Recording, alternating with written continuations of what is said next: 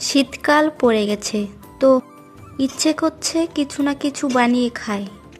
তাই দেরি না করে বানিয়ে ফেললাম বাঁধাকপির বড়া। বাঁধাকপি কেটে এভাবে খোসা ছাড়িয়ে নেবে, তারপর এগুলোকে সিদ্ধ করে নেব। দিয়ে দিলাম জল, দিয়ে দিলাম কপির খোসা, এগুলোকে ঢেকে রাখবো। এবার কেটে নেব আলু, পেঁয়াজ, টমেটো, রসুন, পেঁয়াজ কলি, কাঁচা লঙ্কা।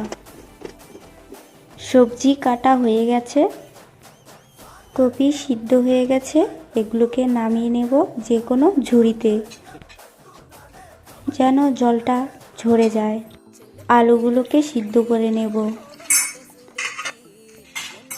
নিয়ে নিয়েছি বেসন, গোটা জিরে, লবণ। তারপর আলুগুলো সিদ্ধ হয়ে গেছে, নামিয়ে নেব। দিয়ে দেব তেল, জিরে, পেঁয়াজ, রসুন, পেঁয়াজ কলি, কাঁচা লঙ্কা, টমেটো। দিয়ে দেব পরিমাণ মতো লবণ, হলুদ, জিরের গুঁড়ো।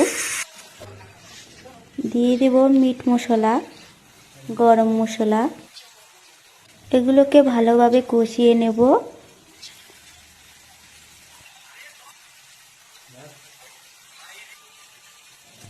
আমার কষানো হয়ে গেছে, দিয়ে দেবো আলু। আলুগুলোকে ভালোভাবে মিক্স করে নেব।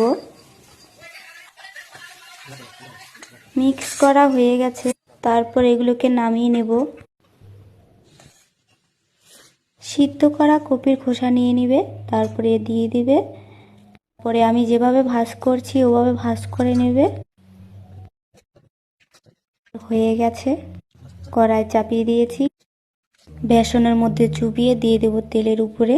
বাঁধাকপির বড়া হয়ে গেছে। তো ভিডিওটা কেমন লাগলো অবশ্যই কমেন্ট করে জানাও। আর এভাবে বাঁধাকপির বড়া বানিয়ে খেয়েও অনেক ভালো হবে। টাটা সবাইকে।